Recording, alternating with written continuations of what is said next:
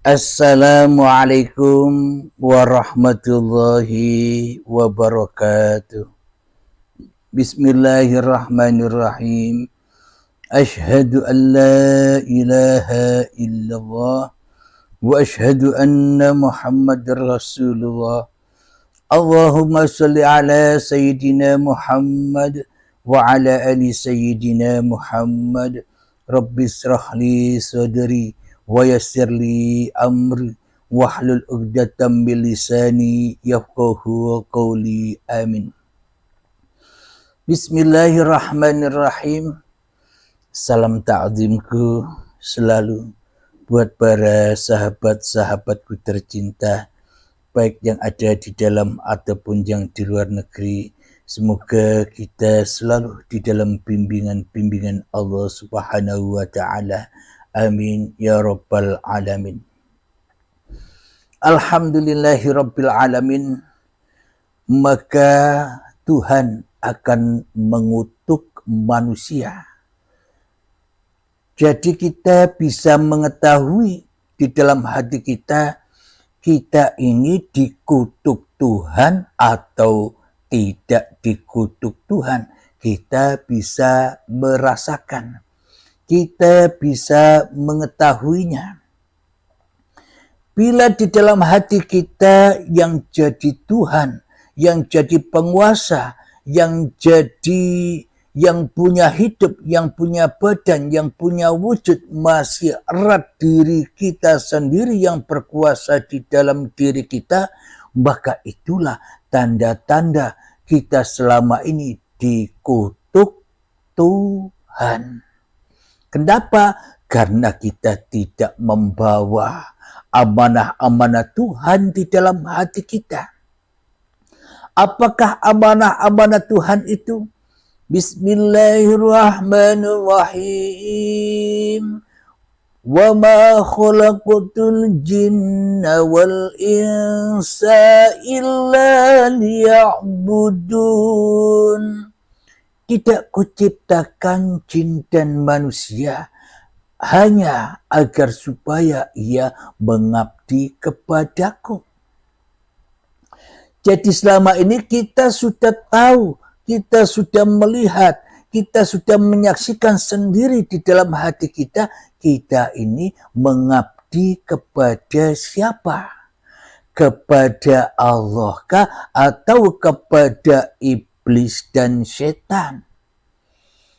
Jalan kita sudah disesat-sesatkan oleh iblis dan setan supaya kita tidak mengabdi kepada Allah, yakni kita ditipu mentah-mentah oleh iblis dan setan supaya kita mengadakan, mewujudkan, menghidupkan diri kita sendiri di hati kita agar kita tetap bersama setan dan dibakar di dalam nerakanya Allah. Bila kita dikutuk oleh Allah, maka terbakarlah apa yang kita lakukan. Ora ono gawene sia-sia saja di sisi Allah. Ibadahnya sia-sia saja di sisi Allah, hanya ibadah kutukan-kutukan saja. Yakni pulang kepada akhirat diri manusianya, yakni linapsi. Itulah yang dimaksud ibadahnya semua dikutuk oleh Allah. Sholatnya dikutuk, ibadahnya dikutuk, sholawatannya dikutuk, doa-doanya dikutuk. Kenapa? Karena larinya, pengabdiannya hanya kepada setan yang terkutuk, larinya kepada linapsinya sendiri. Itulah tanda-tanda kita, termasuk saya, sudah dikutuk oleh Tuhan. Bila yang nyata di dalam hatiku hanya Abdul Halimnya daripada Tuhan pencipta Abdul Halimnya. Jadi kita pun sekarang sudah tahu. Maka dari itu pandai-pandailah menjaga diri. Maknanya pandai-pandailah jangan menjadi Tuhan di dalam hati kita. Ya, belajarnya lewat menghening-heningkan diri kita, belajarnya lewat mensunyi-sunyikan diri kita, belajarnya lewat menghempas-hempaskan, menggelap-gelapkan, mentiada-tiadakan diri kita di hati kita, supaya kita tidak dikutuk Tuhan lagi. Mohon maaf.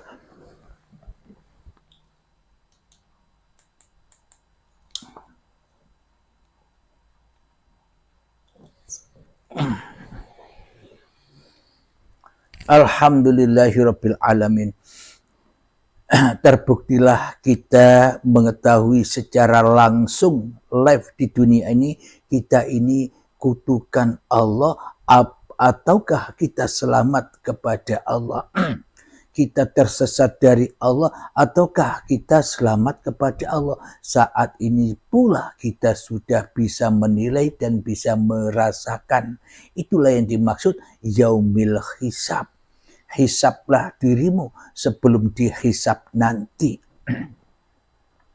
Maka jangan sekutukan Tuhanmu dengan dirimu di hatimu.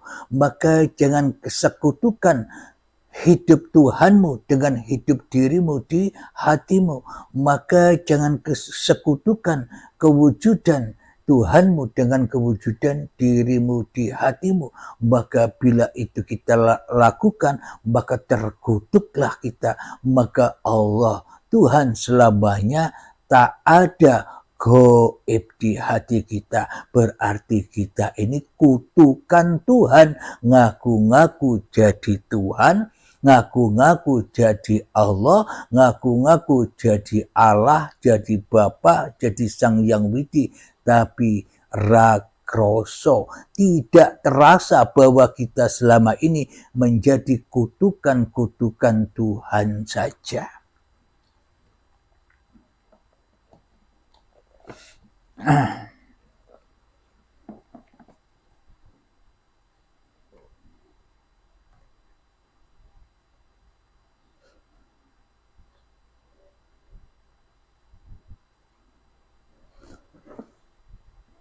Marilah kita buka surat Az-Zariyat ayat yang ke-9.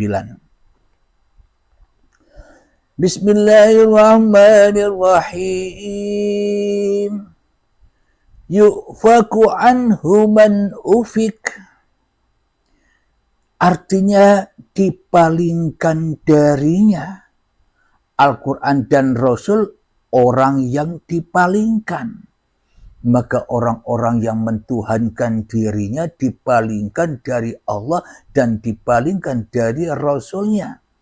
Tapi kita selama ini sok menjadi umatnya Nabi Muhammad, sok menjadi umatnya Nabi Isa, sok menjadi umatnya Nabi Musa, sok menjadi umatnya Nabi Ibrahim dan sebagainya. Padahal kita selama ini berpaling dari Allah dan berpaling dari Rasul-Rasul Allah. Kita berpaling kepada siapa? Kita berpaling menjadi Rasul-Rasulnya iblis di dalam hati kita. Kita telah menjadi Rasulnya iblis, tapi tidak terasa bagaimana mungkin kita bisa selamat. Ati Allah wa ati'ur Rasul. Bagaimana mungkin kita bisa mengikuti Allah dan mengikuti Rasulnya? Bila kita mengikuti Allah, bila kita bermakrifat, belajar makrifat lewat pintu baiat kepada Allah, maka kita akan kembali menjadi Rasul-Rasul Allah. Itulah yang dialami para nabi dan para rasul itu. Ketika kita sudah hijrah dari menjadi rasul-rasulnya iblis dan setan di hati kita, maka semua gambaran-gambaran, cerita-cerita, dongeng-dongeng yang ada di dalam Al-Quran tentang alam semesta ini, yang di luar ini, bila kita masih memandang di luar, maka ya dongeng semua. Orang zaman dulu, Nabi Adam zaman dulu, Nabi Ibrahim zaman dulu, Nabi Musa zaman dulu, Nabi Isa zaman dulu, Nabi Muhammad zaman dulu, semuanya hanya dongeng saja. Kenapa? Karena beragamanya ala iblis dan setan selalu mensekutukan Allah di dalam hati kita.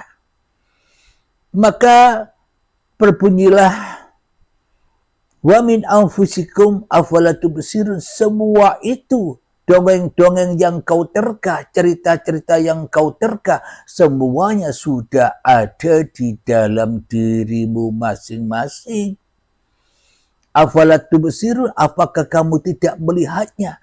Ketika kita masih hanya melihat diri kita sendiri, maka selamanya kita tak akan pernah bisa melihat kitab-kitab diri ini.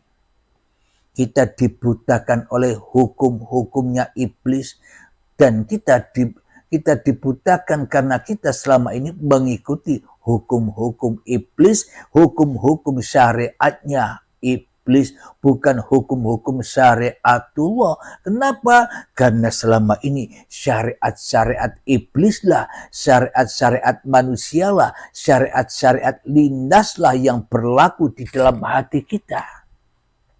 Itulah tanda-tanda bahwa kita selama ini dikutuk oleh Allah menjadi iblis tapi rakroso. Inna syaitana lakum aduwwum mubin. Sesungguhnya setan itu musuh yang nyata bagimu. Siapa yang wujud di dalam hatimu? Siapa yang hidup di dalam hatimu? Dialah. Bila selain Allah, dialah setan itu. Ya diri kita lah. Sudah dikutuk oleh Allah. Jadi iblis, jadi setan yang selalu terbakar dan sesat di dalam nerakanya Allah.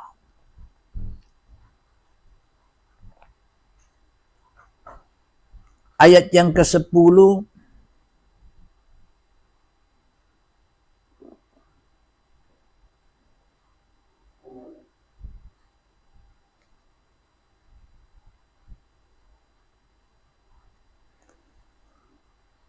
Qudilal kharrasun, yang artinya terkutuklah orang-orang yang banyak berdusta. Inilah yang dimaksud manusia yang dikutuk Tuhannya, yang suka berdusta. Apa yang dimaksud berdusta itu? Kalau ala syariat berdusta membohongi manusia. Tapi kalau ala ma'rifat membohongi Tuhannya. Kita selama ini membohongi diri kita sendiri. Seakan-akan kitalah yang jadi Tuhannya. Tapi tidak terasa bahwa kita selama ini bohong. Kenapa? Karena kita sudah dikutuk jadi setan di dalamnya. Maka dari itu kita tidak bisa memahami ayat-ayat Allah. Terkutuklah orang-orang yang banyak berdusta. Orang-orang yang banyak berdusta ya orang-orang yang suka berdebat. Orang-orang yang berdusta ya orang-orang yang suka melihat orang lain daripada melihat dirinya sendiri. Orang-orang yang berdusta adalah orang yang gemar membaca orang lain daripada membaca dirinya sendiri.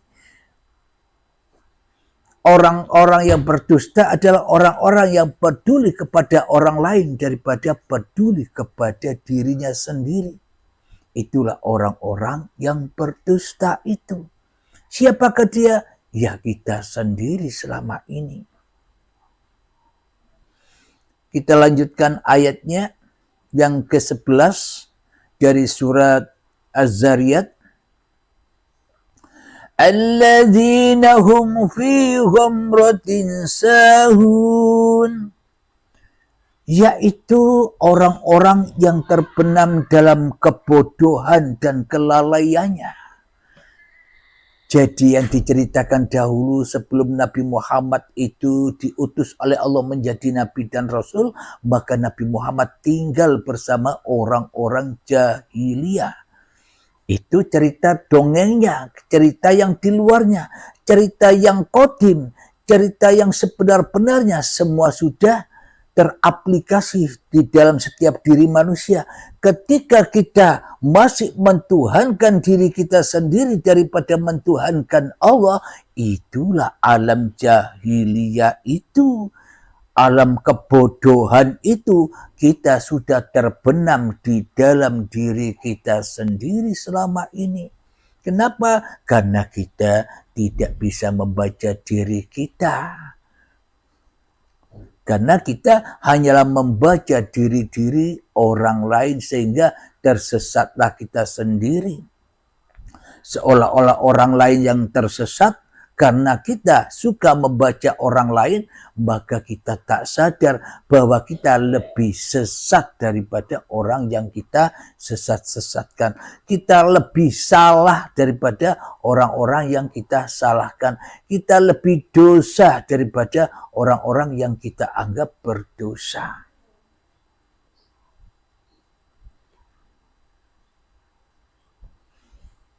Yang ke-12, yas'aluna ayyana yaumuddin. Ketika mereka bertanya kapankah hari pembalasan itu. Jadi kita selama ini bertanya-tanya dalam hati kita, atau kita takut sekali kedatangan hari pembalasan. Jangankan hari pembalasan, hari kematian saja kita takut. Maka yang dikatakan hari pembalasan itu bukan nanti setelah kita mati. Mana mungkin kita kalau sudah mati dibalas. Wong sudah mati, sudah kembali kepada Allah, sudah innalillahi wa inna ilaihi rajiun. Wong sudah tak ada lagi, kok mau dibalas, kok mau disiksa. Ya hari pembalasan itu ya sekarang juga. Ketika kita tersiksa di dunia ini dengan belenggu-belenggu apa yang kita cintai, itulah balasan langsung dari Allah. Hari pembalasan ketika kita ingkar kepada Allah. Ketika kita bodoh, jahil, lalai kepada Tuhannya. Ayat yang ke-13, kelanjutannya, yaumahum 'alan nari yuftanun. Artinya hari pembalasan itu ialah pada hari ketika mereka diazab di dalam api neraka. Jelas sudah apa yang kita paparkan selama ini, bahwa neraka itu dan surga itu ya sekarang. Bila yang ada di dalam dirimu masih dirimu, ya itulah neraka, balasan langsung dari Allah. Jadi neraka dan surga itu bukan nanti. Jelas bukan? Ayatnya di dalam Al-Quran jelas sekali. Tapi ayatnya di dalam Al-Quran itu dusta atau dongeng saja bila yang ada di dalam hati kita bukan Allah tapi iblis. Kita disesat-sesatkan. Itu semua terjadi nanti agar apa? Agar kita tambah jauh dan jauh dari Allah. Na'udzubillahi min dzalik. Jadi orang-orang yang disadarkan di dalam ayat-ayatnya Allah ini, yang bisa memahami jalan ini, jalan ketuhanan ini, ibaratkan seluruh manusia itu ibarat lautan yang diambil, yang dipilih hanya setetes dari air di lautan, sangatlah langka. Semoga saya dan semoga kita semua terpilih dalam yang setetes itu. Amin ya rabbal alamin. Jadi hari pembalasan itu ialah pada hari ketika mereka diazab di dalam api neraka. Sudah sadarkah kita bahwa kita selama ini sudah di dalam neraka? Makan minumnya, makan darah dan nanah. Apa maknanya? Bukan yang sebenar-benarnya yang kita pahami. Ini kepahaman Allah. Itu hanya kiasan-kiasan saja. Namun yang dikatakan darah itu, makan dan minum apa saja hal-hal yang enak di dunia ini, semuanya serba najis dan kotor. Bila yang berkuasa di dalam hati kita masih manusianya yang jadi Tuhan, mentuhani makan dan minum itu. Itu maknanya. Jadi di dalam neraka itu ada lidah yang digunting-gunting sendiri, tangan yang dipotong-potong sendiri, kaki yang dipotong-potong sendiri, lidah, mulut yang dicor dengan timah. Apa maknanya? Selama ini kita berdusta selalu kepada Allah. Kita sholatnya kita potong sendiri, kita berdakwah, kita ngomong tentang agama kita, potong-potong sendiri. Kenapa? Karena yang kita ceritakan dusta. Kenapa kok dikatakan dusta? Karena ending dari apa yang kita ceritakan kembali kepada kepentingan hawa nafsu dewe-dewe. Itulah kedustaan, maka dipotong-potonglah lidah kita oleh siapa? Kita potong sendiri. Tangan kita potong sendiri ketika kita bekerja, berlaku apa saja, sholat, ibadah, dan sebagainya. Tapi ending-endingnya pulang kepada hawa nafsunya sendiri. Itulah yang dimaksud, tangannya dipotong-potong sendiri, kakinya dipotong-potong sendiri. Maknanya apa? Agar tidak sampai kepada Tuhannya. Itulah tugas iblis dan setan, memotong lidah, memotong tangan, memotong kaki manusia agar tetap semper, tak bisa kembali kepada Tuhannya. Karena kita selama ini hanya menjadikan setan dan iblis menjadi pemimpin hati kita sendiri selama ini. Maka bangkitlah wahai sahabatku.